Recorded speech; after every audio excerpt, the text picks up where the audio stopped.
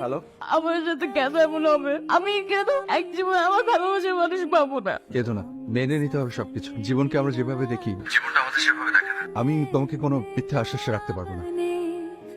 আচ্ছা শোন, ছেলেপক্ষ নেক্সট উইকে বিয়ের প্রোগ্রামটা সেরে ফেলতে যাচ্ছে। তোর খালাকে আনতে গাড়ি পাঠিয়েছি, আজকে রাতে চলে আসবে। তোর খালার সাথে আলোচনা করে যেভাবে কেনাকাটা করতে হয় সেভাবে প্ল্যান করে নিস। হ্যালো, কেমন আছো? ভালো। তুমি কেমন আছো? জানতে চাও? আগামী 27 তারিখে আমার বিয়ে। কি গিফট দিবে আমাকে? তোমাকে দেবার মতো কিছু তো আমার নেই, তাও বলো, যদি সম্ভব হয় দেবো। একটা দিন চাই তুমি। এটা কেন চাচ্ছ? আর তো কখনো তোমাকে এইভাবে পাবো না। ঠিক আছে, আমি কল করলে বেরিয়ে যাবো। তোমার চাকরির কিছু হলো? না।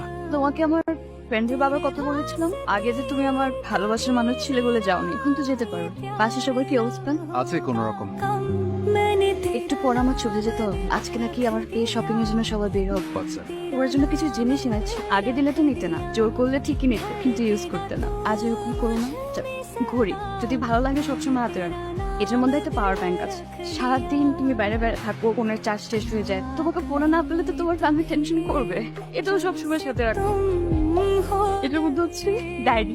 আমার সাথে যদি কখনো কথা বলতে ইচ্ছা করেন, ডায়েরিটা লিখে রাখবে। হুট করে একদিন এসে ডায়েরিটা ছেড়ে বসবো, তখন তোমার সব জমানো কথাগুলো পড়ে চকলেট আমি তোমার জন্য গেলাম না। এনেছে তো। এই যে আজকের দিনটা তোমার কাছ থেকে তো এটাই চেয়েছিলাম আমি। আমাকে যেতে শোনো, নিজের যত্ন নিবা, ভালো থাকবা, সবার সাথে ভালোভাবে থাকবো। আমি আসি তাহলে। मैंने तेरा नाम दिल रख दिया, मैंने तेरा नाम दिल रख दिया।